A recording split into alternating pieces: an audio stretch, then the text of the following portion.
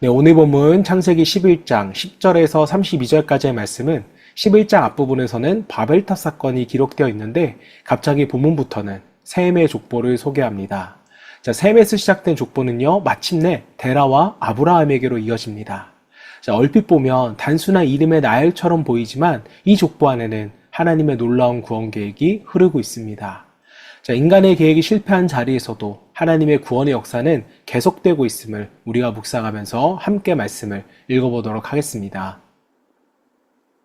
셈의 족보는 이러하니라. 셈은 100세 곧 홍수 후 2년에 아르박삿을 낳았고 아르박삿을 낳은 후에 500년을 지내며 자녀를 낳았으며 아르박삿은 35세에 셀라를 낳았고 셀라를 낳은 후에 403년을 지내며 자녀를 낳았으며 셀라는 30세에 에벨을 낳았고 에벨을 낳은 후에 403년을 지내며 자녀를 낳았으며 에벨은 34세에 벨렉을 낳았고 벨렉을 낳은 후에 430년을 지내며 자녀를 낳았으며 벨렉은 30세에 르우를 낳았고 르우를 낳은 후에 209년을 지내며 자녀를 낳았으며 르우는 32세에 스룩을 낳았고 스룩을 낳은 후에 207년을 지내며 자녀를 낳았으며 스룩은 30세에 나홀을 낳았고 나홀을 낳은 후에 200년을 지내며 자녀를 낳았으며 나홀은 29세에 데라를 낳았고 데라를 낳은 후에 119년을 지내며 자녀를 낳았으며 데라는 70세에 아브람과 나홀과 하란을 낳았더라. 데라의 족보는 이러하니라. 데라는 아브람과 나홀과 하란을 낳고 하란은 롯을 낳았으며 하란은 그 아비 데라보다 먼저 고향 갈대아인의 우르에서 죽었더라. 아브람과 나홀이 장가들었으니 아브람의 아내 이름은 사렘이요 나홀의 아내 이름은 밀가니 하란의 딸이요 하란은 밀가의 아버지이며 또 이스가의 아버지더라. 사레는 임신하지 못함으로 자식이 없었더라. 데라가 그 아들 아브람과 하란의 아들인 그의 손자 롯과 그의 며느리 아브람의 아내 사레를 데리고 갈대아인의 우르를 떠나 가나안 땅으로 가고자 하더니 하란에 이르러 거기 거류하였으며 데라는 나이가 205세가 되어 하란에서 죽었더라. 네, 오늘은 한 사람을 준비시키시는 하나님이라는 제목으로 말씀을 묵상하겠습니다.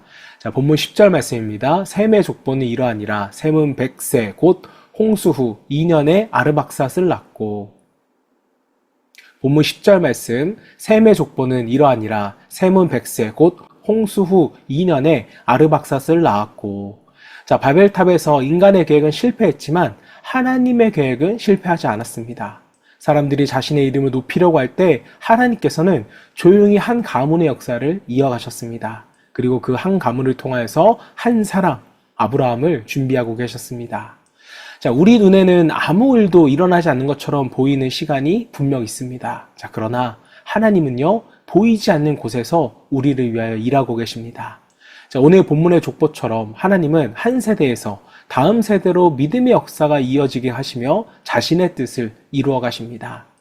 자, 본문에서 반복되는 표현이 있다면 낳았으며 라는 말입니다. 한 사람이 태어나고 또 세월이 흐르고 다른 사람이 태어납니다. 특별한 사건도 없고 놀라운 기적도 보이지가 않았습니다. 자, 그러나 하나님께서는 그 평범한 일상의 흐름 속에서 구원의 역사를 준비하셨던 것입니다. 자, 우리의 일상도 마찬가지입니다. 매일 드리는 기도, 말씀을 읽는 작은 습관, 가족을 사랑하고 섬기는 일, 자녀에게 믿음을 전하는 일은 당장 큰 열매가 보이지 않을 수 있습니다. 자, 그러나 하나님은요, 우리의 작은 믿음과 그 순종을 통하여서 다음 세대를 준비하시고 하나님의 역사를 이어가십니다. 자, 족보는 마침내 데라의 가정에도 도착을 합니다. 26절, 데라는 10세에 아브라함과 나홀과 하란을 낳았더라. 자, 여기에서 성경의 이야기는 새로운 전환점을 맞이하게 됩니다. 창세기 1장부터 11장까지는 온 인류의 역사, 원역사라면 창세기 12장부터는 하나님께서 아브라함이라는 한 사람을 부르셔서 모든 민족을 구원하시는 이야기로 이어지게 됩니다. 자, 하나님은 많은 사람 가운데 한 사람을 선택하시고 그 한 사람의 순종을 통하여서 복의 통로를 만들어 가십니다. 자, 그러나 이 한 사람 아브라함의 가정에도 아픔이 있었습니다. 하란은 아버지 데라보다 먼저 죽었고 아브라함의 아내 사레는 임신하지 못하여서 자식이 없었습니다. 자, 하나님의 구원 역사가 시작되는 가정이라고 해서 모든 환경이 완벽했던 것은 아닙니다. 30절 말씀, 사레는 임신하지 못하므로 자식이 없었더라. 자, 이 말씀은 앞으로 하나님께서 이루실 일이 인간의 능력으로 된 것이 아님을 우리에게 보여줍니다. 자, 사람의 가능성이 끝난 자리에서 하나님의 약속이 시작됩니다. 아브람과 사레의 가정에는 자녀가 없었지만 하나님은 그 가정을 통하여서 하늘의 별과 같은 후손을 약속하셨습니다. 자, 우리도 때로는 자신의 부족함과 한계를 바라봅니다. 나는 할 수 없어. 나에게는 가능성이 없어. 이제 너무 늦었어. 라고 생각할 때가 있습니다. 자, 그러나 하나님께서는 완벽한 사람을 통하여서 일하시는 분이 아니라 하나님을 믿고 순종하는 사람을 통하여 일하십니다. 자, 본문의 마지막에는 데라가 가족을 데리고 가나안 땅으로 가고자 했지만 하란에 머물렀다고 기록을 합니다. 31절 말씀, 데라가 그 아들 아브람과 하란의 아들인 그의 손자 롯과 그의 며느리 아브람의 아내 사레를 데리고 갈대아인의 우르를 떠나 가나안 땅으로 가고자 하더니 하란에 이르러 거기 거류하였으며. 자, 그들은 가나안을 향해 출발했지만 중간 지점인 하란에 머물렀습니다. 자, 그러나 하나님의 계획은 멈추지 않았습니다. 이어지는 창세기 12장에서 하나님께서는 아브라함을 다시 부르시고 약속의 땅을 향해 떠나가게 하십니다. 자, 우리의 삶에도 하란과 같은 자리가 있을 수 있습니다. 시작은 했지만 멈추어버린 자리. 하나님의 뜻을 알면서도 주저앉아 있는 자리가 있습니다. 자, 그러나 하나님은 멈춘 사람을 다시 불러주십니다. 하나님께서 다시 말씀하실 때 믿음으로 일어나 순종의 길을 걸어가야 할 것입니다.